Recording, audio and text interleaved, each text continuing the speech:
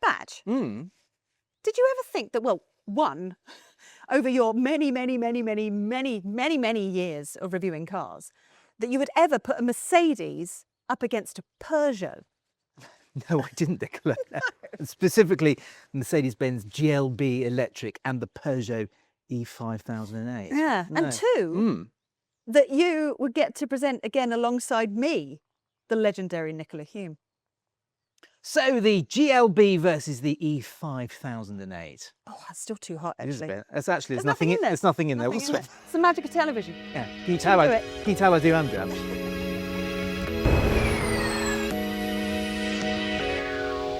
You might be thinking, why are we comparing a Mercedes-Benz with a Peugeot? A bit of a class difference, isn't there?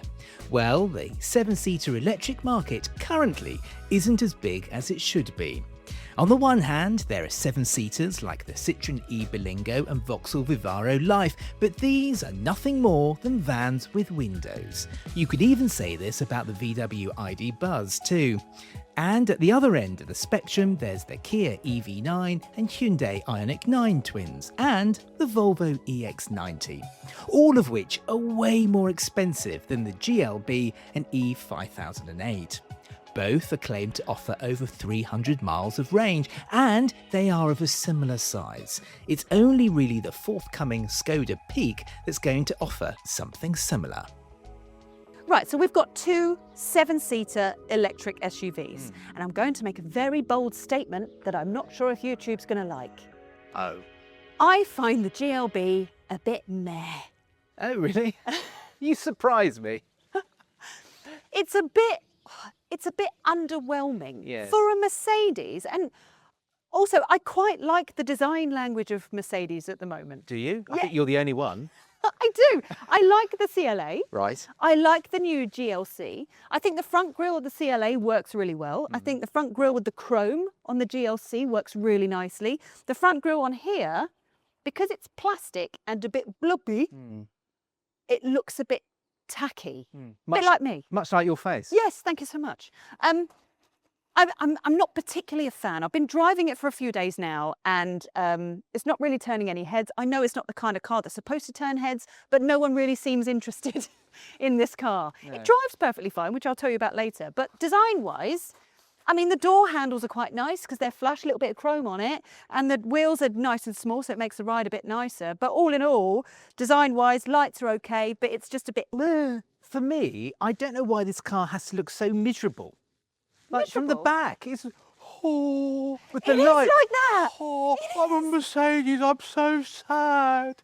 Oh. I totally agree with you, and I didn't even spot that at the back, but you're absolutely right. Anyway, the Peugeot E5008. Admittedly, this design has been around for a couple of years now, but I don't think time has diluted the desirability, Nicola. This is still a really good-looking car, I think. Yeah. Nice, crisp design, no chrome whatsoever, loud and proud Peugeot badge. I just think this looks very upmarket, and it looks more premium than that. I agree. Yes. That's it. I absolutely agree. I like the design. of the I Peugeot. honestly I do. like those sort of the claw lights at the front. I think look brilliant. I like the body-coloured front grille they've now got on the sort of fresher design. I think it's a nice looking thing. The only thing I don't like are the Peugeot shields on the front wings. It's just a bit Much. much. Bit much. Aside from that, this is a lovely looking car. Yeah. For a 7-seat SUV, I hasten to add. Not just in general. So, Peugeot 1, Mercedes 0.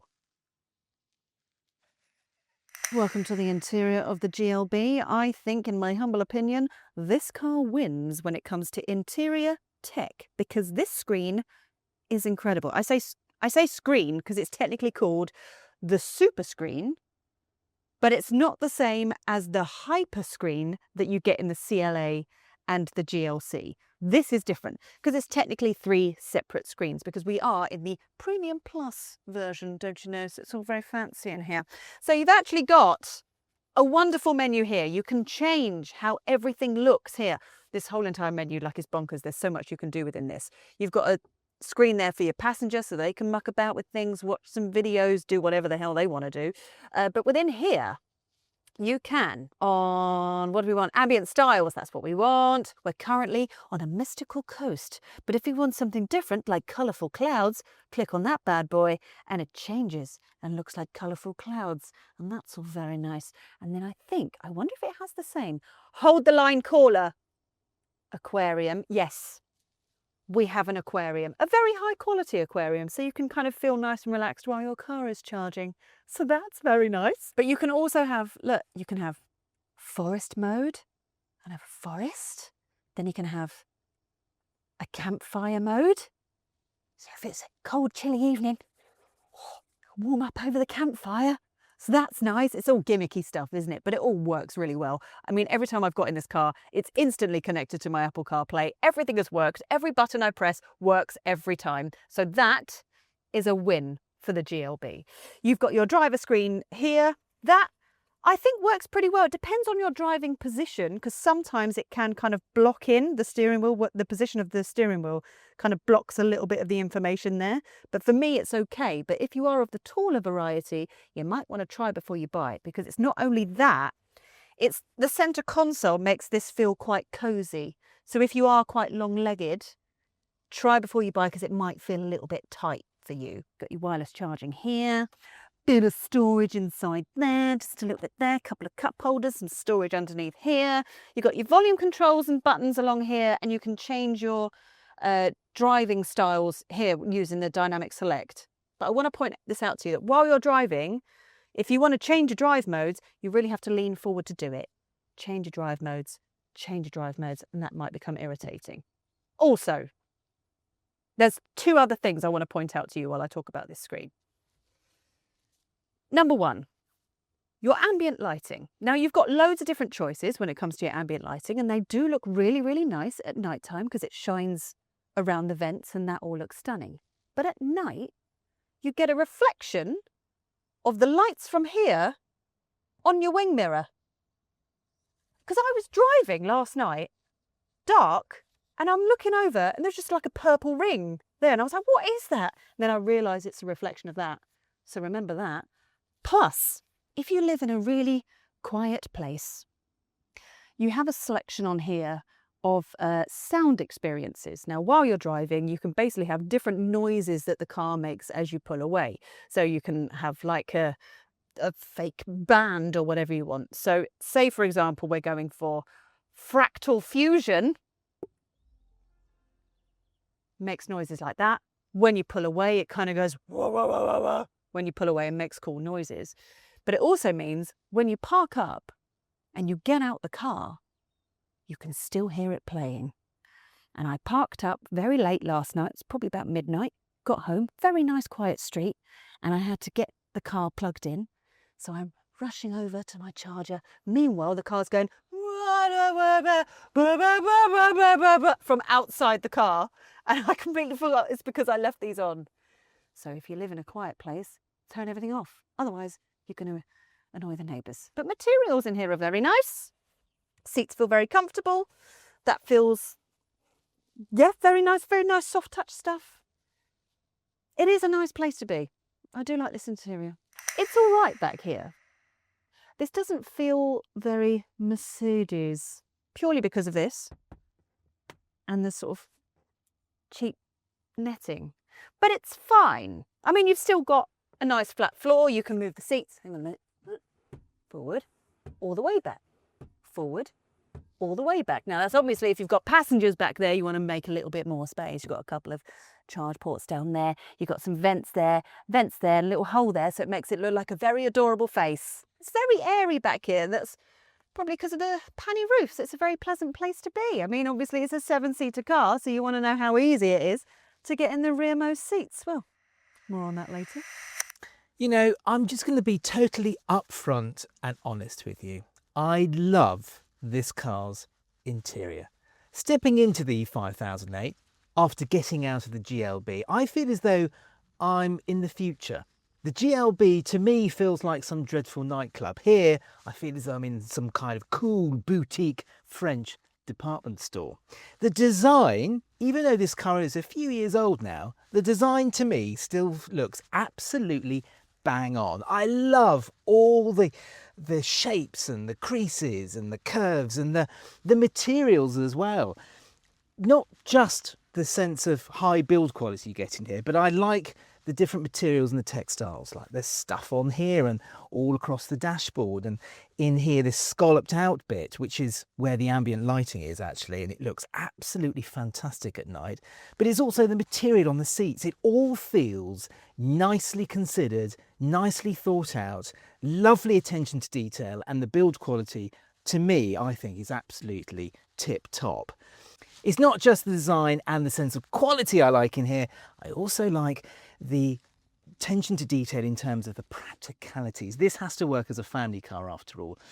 There are lots of storage places in here. The door bins are absolutely massive. They're flock lined as well, so things don't rattle around in them. There's a good storage area under the armrest. It's also cooled, so it keeps your chocolate nice and cool in the summer months. A couple of cup holders there, and an enormous storage area here with your USB-C charging ports. Then we come on to the screens. Now you get this curved 21-inch display up here. It looks great, but unfortunately the infotainment system itself is starting to feel a little bit old-fashioned, particularly compared to the Mercedes. The way the menus work is just a bit too confusing, I find. It's a bit laggy as well, and I don't know, it's just starting to feel a little bit old hat. Luckily, you do get this secondary screen down here. It's called your eye toggles. They're completely configurable. They're fantastic, really nice shortcuts to your major functions. And one thing I like is there is a big button there for your ADAS, so you can turn off the lane keep assist and the excessive speed warning. Fantastic. Now in the back, the first thing you will notice is you sit up a lot higher than you do compared to the front, which is great for children. They get a great view out from the windows. Speaking of which, you get these great sun blinds on certain trims.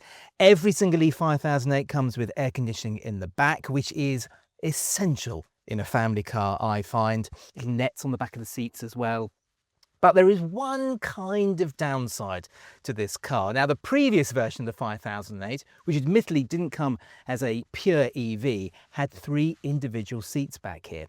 And 3 individual rear seats meant 3 individual ISOFIX mountings. So you could have 3 separate child seats sitting alongside each other. Not so in this car. ISOFIX is only in the both of the outer seats, so you're only going to be able to carry 2 child seats. Also, the middle passenger is also going to have pretty narrow hips because it's not a particularly big seat. And unfortunately, if you want a panoramic roof, you're going to have to splash out £980. Challenge. How quickly can you get in your rear? Now there's a question. 3, 2, 1. Cheater! Absolute cheater! I'm done! I'm finished! I won that! I definitely won! Did he win? Yeah, you cheater! Did you win? Yeah, I won, you cheater! Tis small, and boop, I'm touching the roof with my hair, but you're not really going to put adults back here, are you? You're not. You're going to chuck your kids, your least favourite kids, in the back here, I would assume. I mean, I've got a couple of little cup holders in the middle here, and there's space to put some snacks up here. There's a little window in there. It feels cramped, but you can move these seats more forward, but Manos didn't do that because he wants me to suffer. Don't do it anymore. Don't do it anymore. My knees are already... Okay. Yeah. What a great place to be on a warm day. Look how much wider this opening is, and the seat actually lifts up and flips forwards, making it just a lot more graceful getting into the back. And it's pretty straightforward putting the seat back into its place. And I've got loads of space. You see, the Mercedes is more of a 5-seater with 2 occasional seats. The Peugeot is a bit more of a usable 7-seater. The seats are pretty flat, but it's not too bad back here. We've got a little 12-volt socket up here to keep your devices charged.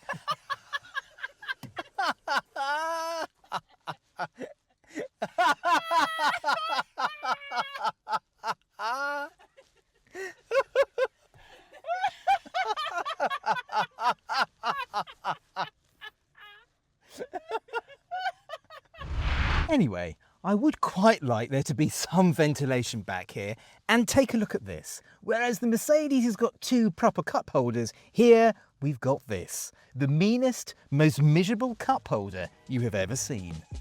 Now, I am afraid to tell you that when it comes to boot size, the Mercedes is the loser here. Now, if you have all of the seats up, it's got 145 litres of space, which I don't quite think would fit a buggy. But if you do fold down those rear seats and you just have the middle ones up, you'll get 480 litres of space. Whereas the Peugeot is very impressive. With all of the seats up, you got 259 litres. That's very good. And then fold down the rearmost seats and you've got 916 litres of space. That is ridiculously spacious. Oh, plus, at the back of the Peugeot, underneath the boot floor, there's space to tuck more things. It's blooming practical, that Peugeot. Can't knock it. I have a 127 litre big beauty. Yes, very nice. Batch, what you got over here? Oh! I've got an electric motor. Yeah. Charging speeds. Now I have 800 volt architecture, which means I've got 320 kilowatts of rapid charging speed. Yes, I can add on 160 miles in 10 minutes. I don't have 800 volt charging, I'm way more old fashioned. Here I've got 160 kilowatts with 20 to 80% taking around 30 minutes. That's interesting, isn't it? Because I'm like twice as fast as you, but your flap is twice as big as mine. Oh yes. It's very flappy, that, isn't it? Don't look at my flap, thanks very much. Right, the Mercedes offers 2 GLB electrics, the 250 Plus and the 350 4MATIC. The 250 Plus gets rear-wheel drive with 272 horsepower, and the more powerful 350 models add a second motor up front for all-wheel drive and 354 horsepower. Now the 350 is of course the quickest of the two, with a 0 to 62 time taking just 5.5 seconds, with the 250 Plus getting there around 2 seconds slower. In my humble opinion, it actually rides quite nice. It does. It's perfectly fine. And it's not really sporty, because it's not designed to be sporty, because it's a 7-seater car. But there is a bit of oomph behind it. There is. Yes. That was nothing. So Well, that first was just absolutely rubbish. Let me put it in sport though. Wait, here we go. Oh my goodness me, that's fast. Not. It was a little bit of something though, wasn't it? It was a bit of something. This is the lower powered one as well, isn't it? So that was a little something. So if you do want to have a bit of fun and let your kids enjoy it in the back seats, then actually throw it's up. all right. Yes. They can throw Carrot up. chunks down the back of your shirt. Yeah. Regen braking, I think, is very good in this. So Yeah. we've got flappy paddles, a bit like what you have in the Peugeot. In the Peugeot. So we have normal recuperation, no recuperation, intelligent recuperation, which basically reads the cars in front or reads if you're coming up to a roundabout. not the mode they'll for you, for you. No, I just like it on strong, and it brings you down to a complete stop because it is. It's not one pedal though, is it? It is one pedal. It is one pedal. It is one pedal, Okay. which is very nice. I think that's very good. Can I point out something to you that annoys me that I also think will annoy you? Yes. When you listen to your music, either your radio station or if you've got your Apple CarPlay on it, you're listening to your Greatest hits of whatever. Bruce Forsyth. exact.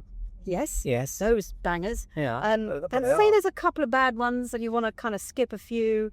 Can't do that from the steering wheel. What do you mean you can't do it from the steering? You can't do it from the steering. You So have how to do do you- it in the screen. Well, you actually have to press. Yeah. That's You have to skip every song. that's weird, isn't Yeah. it? Isn't it annoying? That's genuinely what a strange decision that is. As normal day-to-day people that would drive a car day-to-day, they would want to naturally skip through songs or skip through radio stations or whatever they're doing, and you cannot do it. But it's funny, isn't It's it? the smallest thing. It's funny because you've got volume on the wheel. Yeah. You've also got volume here as well. Yeah. You can even mute everything as Yeah. well. Yeah. But you can't change the tracks. There's no button. That's not good. I don't like that. Another thing I don't like, and I don't know if you've spoken about this already, it doesn't feel premium in the ear, does it? Well, we said this with the CLA when we did a twin test as well. It's all a bit, and There's plastic and there's the air back vents. down here. Yeah. It doesn't feel as special. This is what I'm finding with all these new Mercedes EVs. They're really kind of getting back to what a Mercedes should be, which is luxurious and comfortable and refined and all those kind of things. I wouldn't say this is refined. No, I think it's too noisy. Yeah. Actually, when it comes to the Peugeot, I think they've just got, because there's sort of better materials, dare I say it, it sort of deadens the sound from the outside a little bit better. Well, And this, there is a bit of road noise. And actually on the motorway, it is quite loud. I had to turn the volume up. okay. Just the same track, you couldn't change track. Yeah, she's listening to the same track. Which was sold by M people. It's been stuck in my head all day. Visibility is fantastic in here. Mm. I think, because that rear window is blooming massive. So even though it is a big car, because you can see so much of what's going on, it doesn't feel like it is a big car. Great view out as well, and because it's slightly boxy, you can actually really kind of see the edges of the... A car? Probably not you, actually, because you're sitting quite low, aren't you? But for normal size people, they can see quite well. I like to sit low and lean back a bit. Bit of a ghetto boy race. I didn't know where you were going to go with that, but fine. Hello. Both versions of the GLB Electric get the same 85 kilowatt-hour usable battery pack and run on an 800-volt electrical system. The 250 Plus is the range champ here, and it offers up to 380 miles or 612 kilometers of WLTP range, while the 354 Matic gives 322 miles or 518 kilometers. Now, I do need to point out that I was mostly driving this 250 version on the motorway, so actually I was getting around 3.6 miles per kilowatt hour, which works out around 306 miles, which is perfectly fine, I guess. There's also a very clever 2-speed gearbox and a heat pump to help boost efficiency. There's a bit more choice in the Peugeot. There's a 73 kilowatt-hour pack with either single or dual motors, offering a WLTP range of 306 miles, 493 kilometers, and 290 miles, 467 kilometers, respectively, plus a 98 kilowatt-hour model with a WLTP range of 405 miles, 652 kilometers, making it one of the longest range family SUVs in this price range. My car is the 73 kilowatt-hour single motor, and I was getting an average of 3.1 miles per kilowatt-hour, which equates to a range of 226 miles. And this was in warm weather. That's quite some way off the claimed figures. Oh dear. No panny roof here. Notice that. No, panny roof is a £980 option there, Nicola. Ah, right, okay. Get that standard in the Mercedes. Yes. But so it feels more of a substantial car. One thing I find with this car is, because I've got this massive screen in front of me and I feel cocooned, I feel as though I'm in some kind of simulator, and I especially feel that at night. It's very bright in here with all the ambient lighting, and it doesn't feel like a normal car. I know what you mean, but the ambient lighting, because of the way the screens are, makes it look like the screen's floating. I love the way that, yes, because it's underneath there, isn't it? Yeah. It's like it's hovering. Yeah. Yes. But this is, at the moment, for me, as a passenger, feeling a bit bumpy.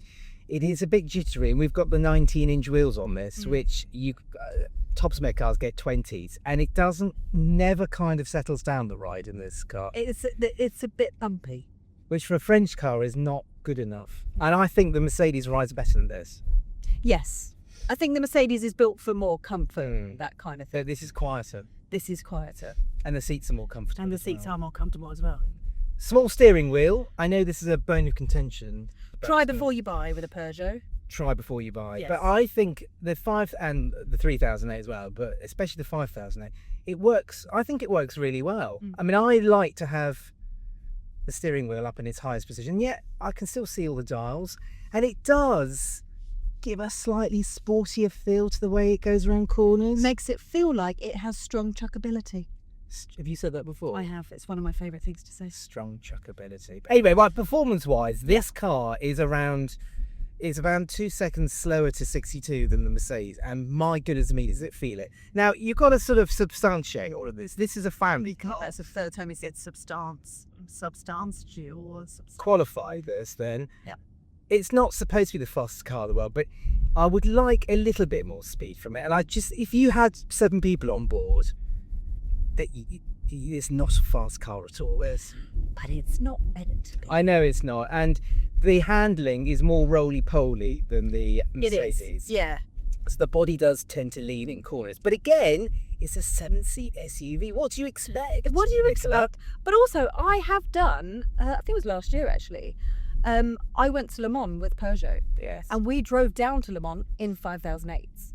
And it was actually a really lovely drive. And it's a long drive down to Le Mans. Yeah, it really is. Yes. And I really enjoyed it. I wasn't uncomfortable. Actually, the battery and the range did pretty well. Yeah. It's a nice car. It's a nice long distance car. It's a very nice car. Regen braking. So we've just got flaps. 3 modes of flappy flap, flap, flap, rooney. I love that that's catching on. Yeah.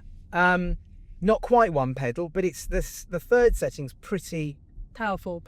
Yeah. I quite like the regen braking in this. Yeah. I mean, on the whole, I think this is a very nice family car. The ride isn't quite as soft and well controlled as the Mercedes, but I mean, it's nice enough.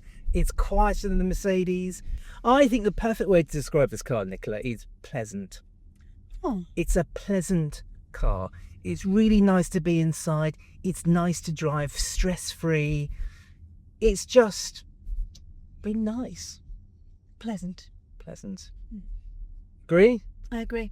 Agreed. There we are. Peugeot E-5008. A pleasant car. Now we know that you might not be in the market to buy brand new, so why not consider a used car instead? We've got hundreds of listings on electrifying.com, all waiting to be found by you. All you need to do is scan the QR code on the screen right now. James Batchelor, can I hit you with some numbers? Yes, Nicola Hume. Right, let's talk pricing. Interesting one, this. This Mercedes GLB, the version that we've got here, Yes. the Premium Plus version, the 250, AMG Line Premium Plus. Yeah. is £56,800. An awful lot of cash. The Peugeot that you have there is £42,195. And if my maths is correct, that's £14,000. Cheaper. Yes. is- Sorry, £14,000 difference. That is significantly cheaper. Yes. But also at the same time, I've had a look at some leasing deals. Yeah. Right? So normally when it comes to our leasing deals, we always do the same thing. So we do 10,000 miles across 36 months with Yes. 6 months deposit down, right? Yep. The Peugeot comes in at £433 a month, which I think is pretty reasonable for Very what you're reasonable. getting. The Mercedes GLB, the version that we've got here, actually wasn't available in terms of leasing because they're still not quite up on leasing sites yet. But the lower spec of this, just the normal AMG line, Yeah. comes in at £877 a month. It's a colossal amount of money. It's basically double the price is. for the less spec'd version. So we have to offer it, we have to give it to the Peugeot because it's just clearly the better car. Well, it's not just in terms of it's cheaper, but in most quantifiable aspects, the Peugeot is better. Yeah. We are talking about 7-seat SUVs here. This is more practical, okay? Yeah. It's more flexible. Yeah. It's more geared up to family life. Yeah. It's very nice to drive. Yes.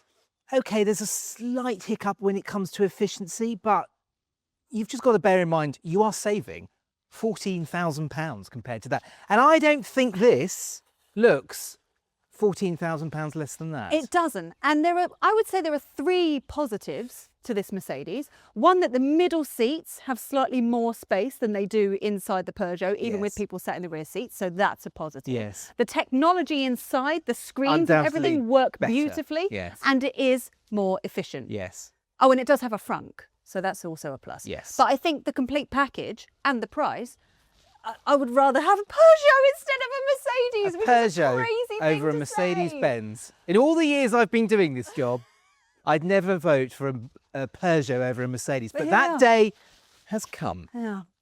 Let us know your thoughts in the comment section below, and don't forget to subscribe, and we'll see you on the next one. Hopefully. Bye.